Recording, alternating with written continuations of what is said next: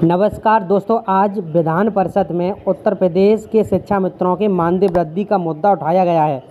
Sapa MLC द्वारा जो शिक्षा मित्रों के मानदेय को लेकर बेसिक शिक्षा मंत्री जी ने विधान परिषद में क्या कुछ कहा, आप पूरा वीडियो ज़रूर देखें और अपने दोस्तों के साथ वीडियो ज़रूर शेयर करें। चलो वीडियो स्टार्ट करते हैं, पूरी वीडियो देखें। अभी हमारे साथी बता रहे थे, क्योंकि शिक्षा मित्रों के लिए मान्यवर मैं एक बात कहना चाहता हूं। सही बात है, जब ये भारतीय जनता पार्टी की सरकार थी तभी जब हमारे पूरे प्रदेश में सारे सरकार के पास इतना पैसा नहीं था कि बच्चों को, गरीब बच्चों को पढ़ा सके, तो उन्हें शिक्षा मित्रों को इन्हीं की सरकार ने लगाने का काम किया।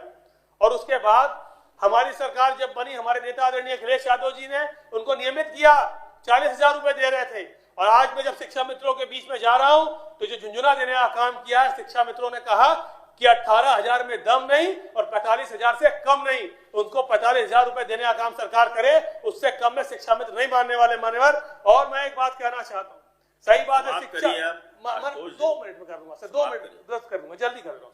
और मैं बस यही कहना चाहता हूँ, शिक्षा मित्र जो सहायक अध्यापक बन गए थे, Uttar Pradesh retirement benefit rules 1961 और केंद्रीय सिविल सर्विसेज के रूल्स 1972 की नियम 17 के जो प्रावधान है, उसमें अस्थायी कर्मी को जो नियमित करने के लिए पुरानी पेंशन में शामिल किया जाएगा, ये उसमें है।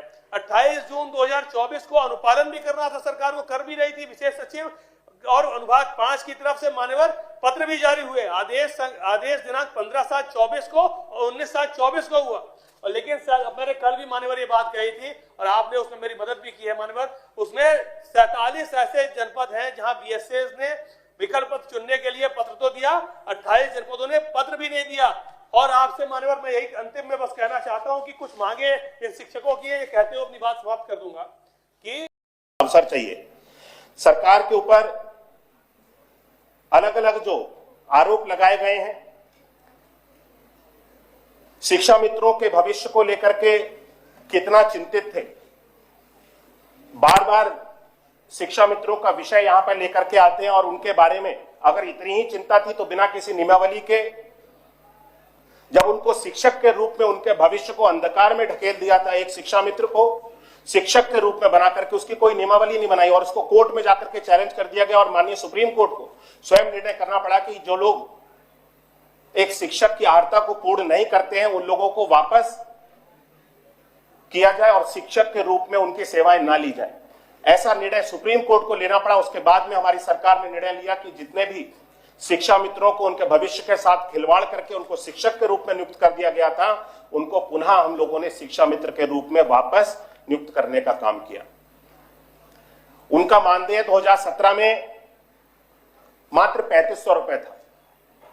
3500 रुपए के मानदेय पे वे लोग अपनी सेवाएं दे रहे थे और उनको वापस 3500 रुपए के मानदेय पर ही ना रखते हुए हम सब लोगों ने उनका मानदेय उस समय 2017 में 3500 से सीधे 10,000 करने का काम किया।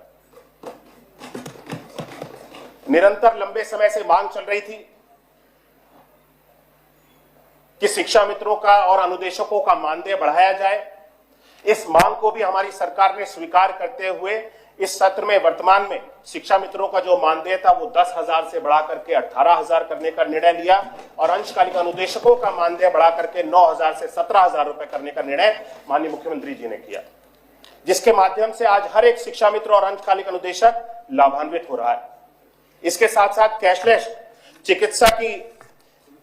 चिकित्सा सुविधा की भी मांग थी कि हर एक शिक्षक को ये कैशलेस चिकित्सा की सुविधा दी जानी चाहिए। पता नहीं कहां से यहां पे डेटा प्रस्तुत किया जाता है कि उनको इसके अंतर्गत, सुविधा के अंतर्गत नियुक्त नहीं किया गया। मैं स्पष्ट कर देना चाहता हूं कि बेसिक शिक्षा परिषद के अंतर्गत विद्यालयों में कार्यरत शिक्षक, शिक्षा मित्र, विशेष शिक्षक यानी CWSN, अनुदेशक, कस्तूरबा गांधी बालिका विद्यालय में कार्यरत वार्डन, पूर्वकालिक अंशकालिक शिक्षक एवं प्रधानमंत्री पोषण योजना के रसोई एवं उनके आश्रित परिवार के सदस्यों को, सभी लोगों को कैशलेस चिकित्सा सुविधा के अंतर्गत हम लोगों ने लाभान्वित करने का काम किया है। इसके अंतर्गत कुल जो लोग लाभान्वित हो रहे हैं कैशलेस चिकित्सा सुविधा के अंतर्गत वो 12,28,587 लोग। इस कैशलेस चिकित्सा सुविधा के अंतर्गत हम सब लोगों ने सम्मिलित करते हुए उनको लाभान्वित करने का काम किया। सरकार ने हर एक महत्वपूर्ण बिंदु पे और जो